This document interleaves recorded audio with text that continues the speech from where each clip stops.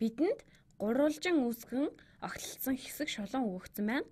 Миний энэ бичлэгэнд хийх зүйл бол бидэнд зарим өнцгүүдийн хэмжээ өгөгдсөн байна. Энэ өнцөг, энэ өнцөг, энэ өнцөг. Энэ бичлэгэндээ би энэ өнцгийн хэмжээг олох юм. Энэхүү хэмжээг бид x гэж нэрлэе. Би бас та бүхэнд энэ бичлэгийг зогсоогоод өөрөө оролдоод үзээрэй гэж зөвлөмөр байна. Тэгээд дараа нь би бодолтыг хийж өгөх болно. Тэгэхээр таныг үүнийг бодчихсон эсвэл жаахан ч гэсэн орлого хийсэн гэж бодож байна. Одоо харин бодож үзсгээ. Үүнийг бодох хид хідэн арга байгаа нь үүнийг сонирхолтой болгож байгаа юм. Үнийг чи хийж чадна. Тэгэхээр энэ 100 гар талд байгаагаас эхлэн хийцгээе.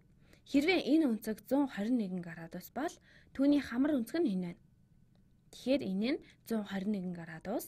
121 дээр нэмэх нь ногоон өнцөг тэнцүү 180 градус. Тиймээс 180 градусаас хасах нь 121. Энэ нь 80-аас 21-ийг хасахтай ажил юм. 80-аас 20-ыг хасаад 60, тэгээ 1-ийг хасвал 59. Үүнийг бичиж 59 градус. Одоо бидэнд гурвалжны 2 өнцөг мэдэгдэж байна. Хэрвээ гурвалжны 2 өнцөг мэдэгдэж байвал 3 дахь өнцгийг олж чадна. Яагаад гэвэл тэдгээрийн нийлбэр нь 180 градус байдаг. Энэ өнцгийг асуултын нэмдэггүй. Тэгвэл бид 50-с дээр нэмэх нь 29 нь нэмэх нь асуултын нэмдэг нь 180 градустай тэнцүү болно. Иймд хоёр талаас нь 59 болон 29-ыг хасъя. Асуултын тэмдэг тэнцүү 180-аас хасах нь 50-с хасах нь 29 градус болно. За тэгэхээр 180-аас хасах нь 50-с хасах нь 29 градус. Иймд 180-аас хасах нь 59 нь хасна нь 121 гэдгийг бид аль хэзээ мэдсэн. Дараа нь 121-ээс 29-ыг хасахаар хэрвээ 20-ыг асвал 100-ыг үлдэнэ. Тэгээ 9-ыг асвал 92 гарна. Тиймээс энэ нь 92 градус юм байна. Энэ бол 92 градус. Энэ өнцгийн босон өнцөг нь энэ байна. Тиймээс энэ бас 92 градус ахна. Одоо бид энэ гурвалжны хувьд авч үзвэл энд жоохон зай хэрэгтэй учраас энд 92 градусаа бичье. Бидэнд гурвалжны 2 өнцөг мэдэгдэж байна. Тэгэхээр 3 дахь өнцгийг олж болно.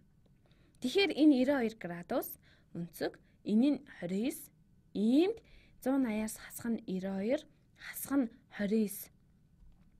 Бид ерөөсөө математик тооцоо хийхгүй байна.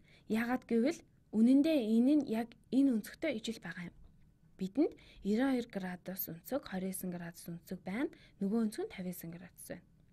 Тэгэхээр энэ бас 59 градус. Яагаад гэвэл эдгээрийн нийлбэр 180 градус учраас. Эдгээрийн нийлбэр бас 180. Иймээс энэ бас 59 градус байна. Бид 180-аас хасах нь 29, хасах нь 92 гэдгийг саяхан бодсон. Энэ өнцөг бас 59 градус бол энэ өнцөг бас 59 градус. Яагаад гэвэл энэ хоёр босон өнцгүүд. Ингээл боллоо. X бол 59 градус. Энэ болгоыг олон аргаар бодох боломжтой. За дахиад бодъё. Магадгүй эдгээр үндсэн алхмуудыг хийлгүй олох илүү хурдан зам байж болох юм. Энэ бол гадаад өнцөг. Энэ өнцөг нь энэ дотоод хоёр өнцгийн нийлбэртэй тэнцүү байна. Иймээс 121 бол 29 дээр нэмэх нь энэ өнцөг. Бид өмнө нь үүнийг хэд хэдэн алхмаар хийсэн. Харин одоо бид гурвалжны талаарх мэдлэгээ ашигласнаар хэдэн алхмуудыг алгасаж байна. Би гэхдээ өөр аргуудаар бодох туртай. Тэгэхээр энэ бол 121-ээс хасах нь 29, энэ нь 92. Хэрвээ энэ нь 92 бол энэ нь 92. Тиймээс хэрвээ x бол энэ бас x байна. X нэмэх нь 92 нэмэх нь 29 тэнцүү 180 градус. X нэмэх нь 92 нэмэх нь 29 нь 121 градус. Бид үүний хэд хэдийг аль хэдийн мэднэ. Энэ нь 180 градус байна. Энд x тэнцүү 59 градус болно.